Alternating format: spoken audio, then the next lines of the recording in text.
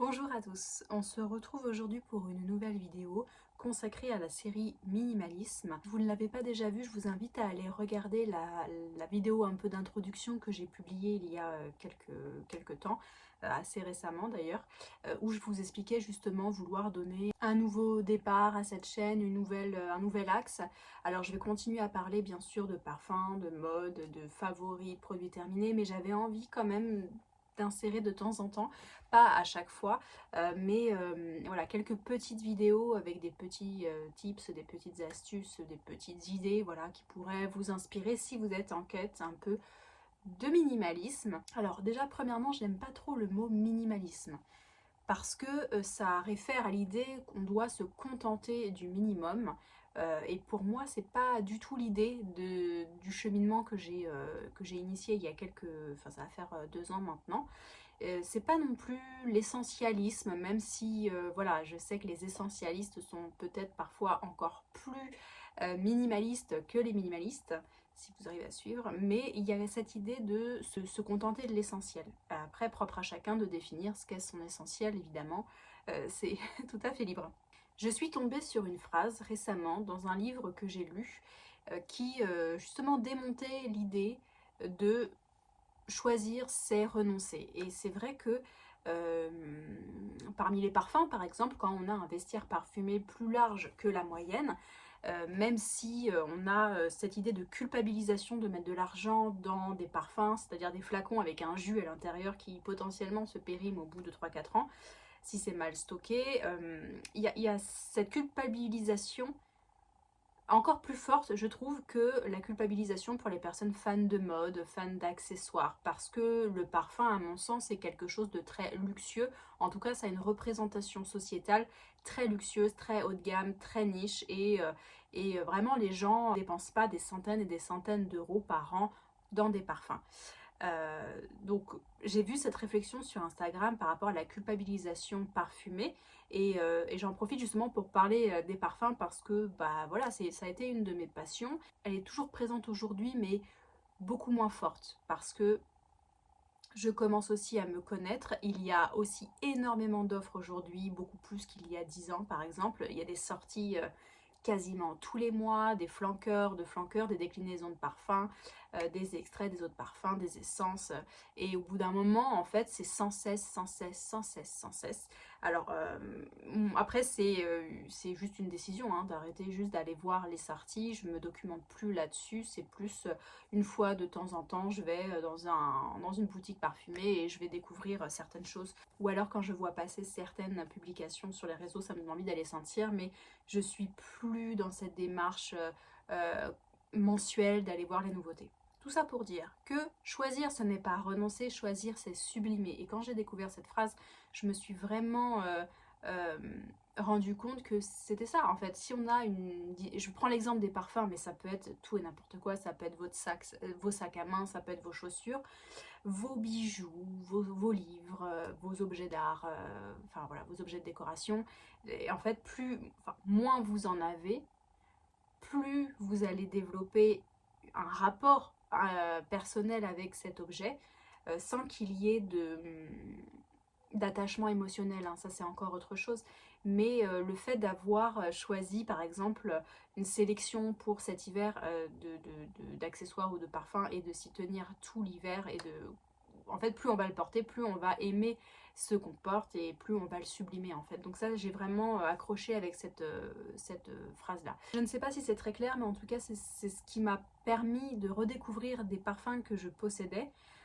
Et j'essaye d'en sélectionner 2 ou 3, vraiment d'avoir un rapport avec eux quotidien. Et au final, ça m'a permis de redécouvrir des parfums qui étaient un peu passés à l'as parce que ils avaient été remplacés par une autre nouveauté.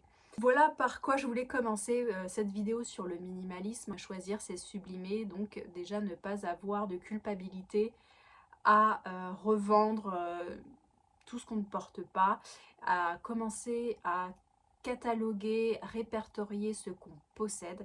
Et ça a été mon premier tips que j'ai mis en œuvre pour moi il y a maintenant 3 4 ans parce que c'est un cheminement qui a commencé bien plus en avant que 2022. Et j'ai commencé en fait à prendre une feuille toute simple et à noter le nombre d'objets que je possédais en vue d'une préparation fictive d'un déménagement. Et c'est vrai que quand j'ai commencé à prendre ma feuille, je me suis dit, j'ai noté voilà, à la ligne tout ce que j'avais, je me suis dit c'est pas possible, je ne vais pas déménager le mois prochain, mais dans le cas d'un éventuel déménagement, il est hors de question que je passe autant de temps à mettre en boîte des objets dont je ne suis pas passionnée, j'en ai trop, et j'ai commencé en fait à avoir une sensation d'étouffement, d'écrasement par les objets qui m'entouraient. Et pour moi, le déclencheur, ça a été les livres, parce que j'ai toujours été passionnée de lecture. Quand j'étais ado, voilà, j'ai commencé à collectionner un petit peu et tout. Puis après, j'ai récupéré pas mal de livres à droite à gauche. Et en fait, j'ai eu une bibliothèque pour la première fois de ma vie, un endroit consacré aux livres, et puis après ça a pris des proportions, voilà, j'en avais tous les côtés. Et même si c'est des livres, même si ce sont des livres qui m'ont plu, qui ont une résonance particulière, qui m'ont accompagné à certains moments de ma vie, je me suis dit je peux pas garder tous ces livres, c'est pas possible. Alors je n'aurai jamais, je pense, une maison sans livres. En revanche, une maison avec 50 livres déjà, ça me paraît bien. Et j'ai commencé en fait à voilà, répertorier tous les livres, à les sortir, les regarder ce que je possède, parce que en fait au bout d'un moment on perd le contrôle. Que ce soit avec les livres ou avec n'importe quoi d'autre, on perd le contrôle de ce qu'on possède, on ne sait plus ce qu'on a, tout est empilé et on n'arrive plus à avoir en tête voilà, l'état de nos possessions. Et donc à partir du moment où on est possédé par nos objets, on bascule. Et après voilà, pour moi c'est très difficile de revenir en arrière pour ouvrir les yeux et se rendre compte de la situation matérielle dans laquelle on est. J'ai vendu à ce moment-là, je crois, à peu près 200 livres. Pas pour des sommes très importantes, mais clairement ça a été, je crois, la moitié pour des associations. Mais en tout cas, j'ai fait des cartons et des cartons et des cartons de livres que j'ai déposés. Je me suis séparée d'énormément de choses et j'ai gardé, voilà, j'ai réduit de 2/3 ce que je possédais.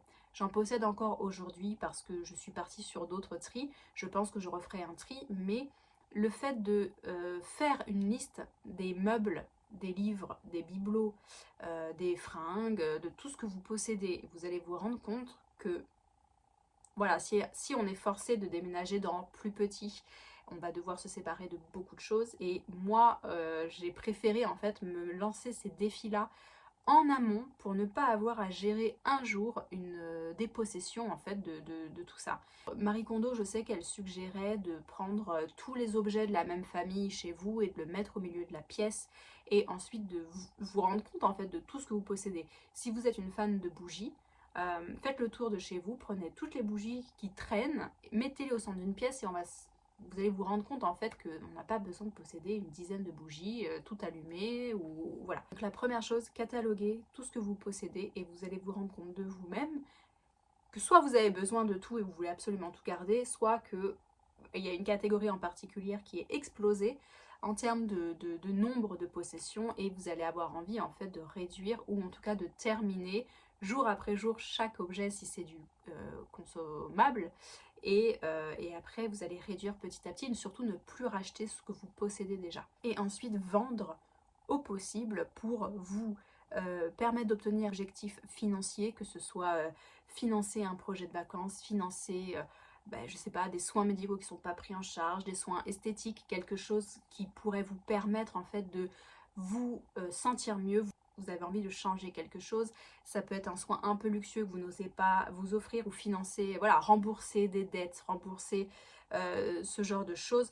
Vendre des choses d'une catégorie qui ne sont pas utilisées, non seulement elles ne sont pas sublimées, mais en plus elles perdent de la valeur et elles s'abîment, stockées. Et en fait se mettre une règle, si c'est pas vendu au bout d'un mois, eh bien vous donnez et vous vous en séparez, vous l'offrez à quelqu'un, vous l'offrez à une association, mais en tout cas ça quitte votre domicile. Et ça c'est vraiment une règle aussi que j'ai mis longtemps à l'épreuve, hein. J'ai fait des bacs avec des objets dedans et en fait au bout d'un mois, si j'arrivais pas à trouver une solution pour m'en séparer, en tout cas dans tous les cas ça quittait mon foyer. Et en fait plus vous allez vous séparer de choses, plus en fait vous allez prendre plaisir à ça et vous allez être en frénésie un peu pièce par pièce de faire le tri, de prendre tout ce que vous ne connaissez plus en fait. S'il y a des objets, des possessions émotionnelles que vous n'arrivez pas à vendre ou à donner. Il y a une étape intermédiaire qui m'a beaucoup servi aussi, c'est vous prenez en photo et vous mettez ça dans votre cloud ou dans votre stockage externe en termes de photos, et puis vous verrez qu'en fait vous aurez le souvenir immatériel de cet objet. C'est une transition avant de retourner dans ce dossier et effacer ces photos. Et bien ça vous permet en fait d'avoir une transition et de le laisser partir. Et tout le monde parle de La magie du rangement de Marie Kondo, qui est un excellent bouquin de vulgarisation du minimalisme et qui a permis à beaucoup de personnes de commencer à faire du tri, moi-même la première, je vous l'ai dit en début avec les livres, quand on a commencé en fait à ce cheminement, on a du mal à s'arrêter parce qu'on s'aperçoit à quel point l'espace qu'on loue est rongé en fait par les possessions matérielles, et les mètres carrés que nous possédons, en fait on ne les a plus, ils sont pris, ils sont mangés par des meubles, comme ça derrière moi, et visuellement c'est encore autre chose, mais il n'y a pas d'apaisement visuel. Et je sais que c'est pas forcément la clé d'aller dans des décorations beaucoup plus épurées, beaucoup plus standardisées finalement, avec des tons beige, des matières un peu naturelles, vous voyez autour de moi. Pour moi là c'est beaucoup trop, c'est une transition en fait vers ce qui était avant et ce qu'il y aura après. Je fais aussi beaucoup avec du recyclage, tout a été un peu chiné, en tout cas j'ai fait une concordance de tons neutres qui me plaisent à moi parce que j'aime les matières naturelles dans une pièce, mais en termes de mètres carrés, c'est beaucoup trop invasif. Et pour une personne, se dire qu'on possède autant sans tomber dans l'extrême minimalisme où on ne possède plus que 3-4 t-shirts, et peut-être qu'un jour j'en arriverai là, c'est beaucoup trop. En fait, il faudrait plus d'une moitié de vie pour terminer tous les parfums, les vernis, le maquillage. Il faudrait beaucoup plus d'une personne pour porter 15 montres, je dis n'importe quoi, je ne possède pas 15 montres, mais pour porter et faire vivre en fait tous les objets que nous possédons, il faudrait beaucoup plus d'une vie. Quel est l'intérêt de ça? Donc commencer à répertorier toutes mes possessions, ça m'a beaucoup aidé. J'avais un carnet en faisant la liste de mes livres, la liste de mes bibelots, pièce par pièce, et j'ai fait le tour en fait de chez moi, et pièce par pièce je me suis dit bah ça voilà, tant de mètres cubes à déménager, cette pièce là tant de mètres cubes, et au bout d'un moment je me suis dit c'est juste pas possible, c'est pas possible. Si je pouvais juste compter sur les doigts d'une main le nombre de meubles à déménager, électroménager compris, ce serait vraiment génial, mais c'est vraiment très complexe, et surtout quand on a des enfants qui ont grandi, ou on a encore leurs affaires petits. Pour avoir accompagné plusieurs déménagements un peu catastrophiques, pas très bien organisés, moi, ça a été vraiment un point de départ pour moi en me disant plus jamais, et je veux pas vivre ça, et je veux pas que les autres vivent ça, et trop c'est trop, à un moment donné c'est beaucoup beaucoup trop.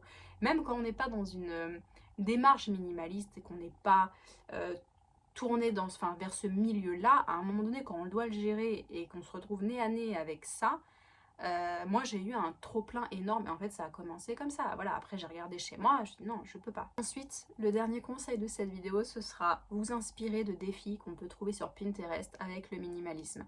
C'est souvent des challenges sous forme de tableaux où où on va vous demander, par exemple au mois de janvier, généralement c'est les bonnes résolutions qui commencent, mais vous pouvez l'appliquer à n'importe quel mois.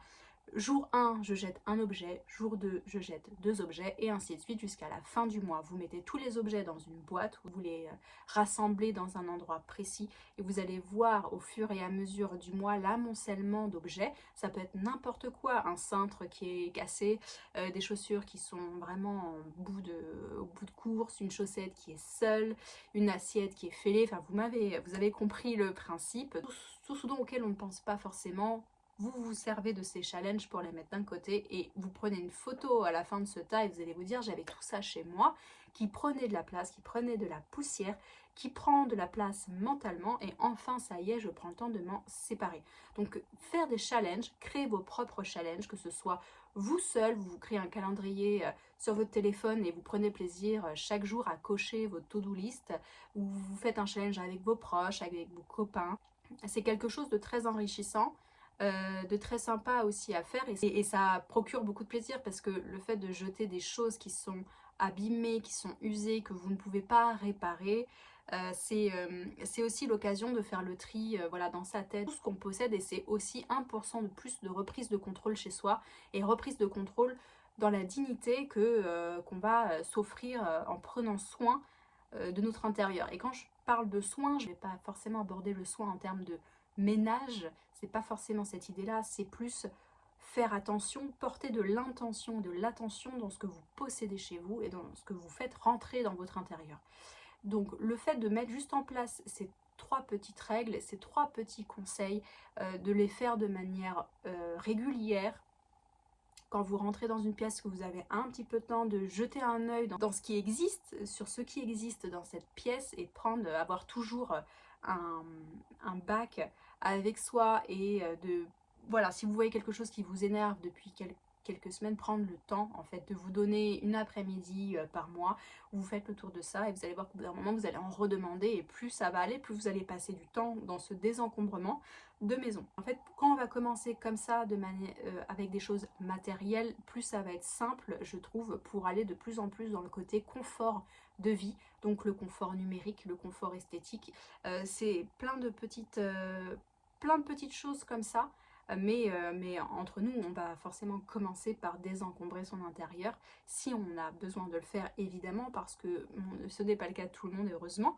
Mais on s'aperçoit très bien, hein, quand on doit vider certaines maisons, à quel point on accumule énormément sans même nous en rendre compte. Voilà, et bien écoutez, c'est tout pour cette première vidéo. Je pense que j'ai beaucoup parlé. J'espère que ce sera productif. Et si vous avez commencé à mettre des choses en route, n'hésitez pas à me le dire en commentaire, et puis on pourra en discuter. A bientôt pour une prochaine vidéo. Ciao!